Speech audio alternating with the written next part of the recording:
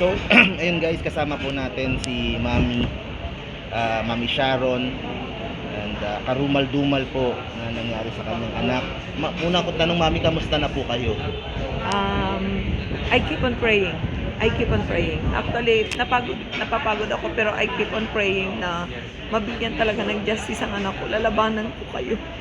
Kasi unfair sa anak ko, wala nang makipaglaban sa kanya. Wala na siya eh. So, hindi ko siya i-give up. Not unless na matanggap niya na yung tamang justisya para sa nangyari sa kanya.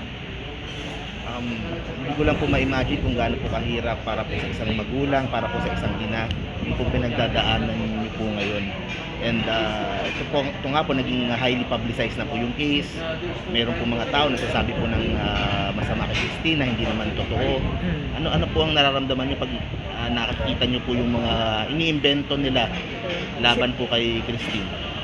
Actually, kung kayo po sa kalagayan ko, hindi ko lang din alam at hindi ko matungkad yung sakit na nararamdaman ko, tapos mga ginagawa niyo pa na hindi maganda ang anak ko. Ipasa Diyos ko na lang kayo.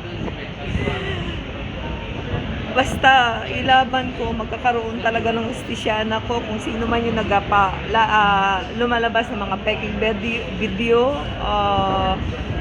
Alam ko, hindi naman si Christine yun eh. Ang problema sa inyo, dinadivert nyo na maging masama ang anak ko. Sinong masama?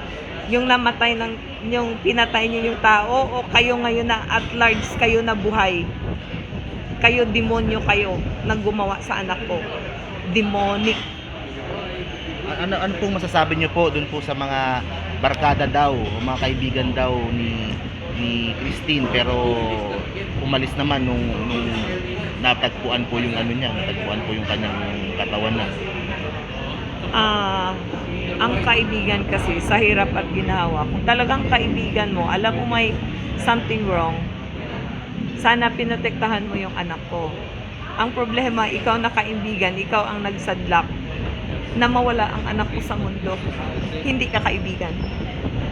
You're never a friend to my daughter, but rather you take advantage the weakness of my daughter. Sobrang nag-trust ang anak ko sa'yo. Hindi ko lang i-mention ang name mo. Sobrang nag-trust ang anak ko sa'yo. Mali tao ang nabigyan ng trust ng anak ko. Ang bait-bait ni Christine. I-take advantage mo yung kabaitan ng anak ko. Parang pinabayaan na lang po ng ganun. Yes. Po, no? Kasi kung kaibigan mo, di ba, kahit na ikaw, alam mong hindi, something will happen na parang hindi na ito maganda. Eh, syempre, isi-save ko kaibigan ko, di ba? Tama po. Oo. Saka syempre po, kung inuman o kung ano man, syempre siya lang yung babae doon. Yes. Dapat nakaano sa kanya lahat. Dapat Yes. kung talagang kaibigan ka, dapat siya yung priority mo na walang masamang nangyayari. Tama. Protektahan po.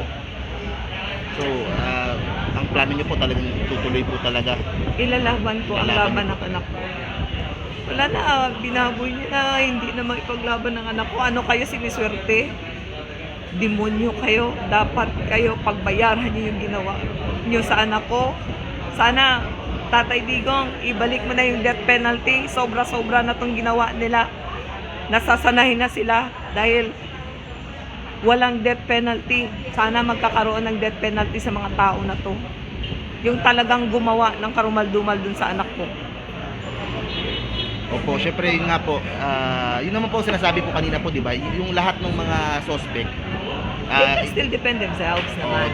they can defend themselves na para of makikita course. naman. Yes. Kasi, syempre, kahit papano, kung wala ka talagang kasalanan, defend yourself.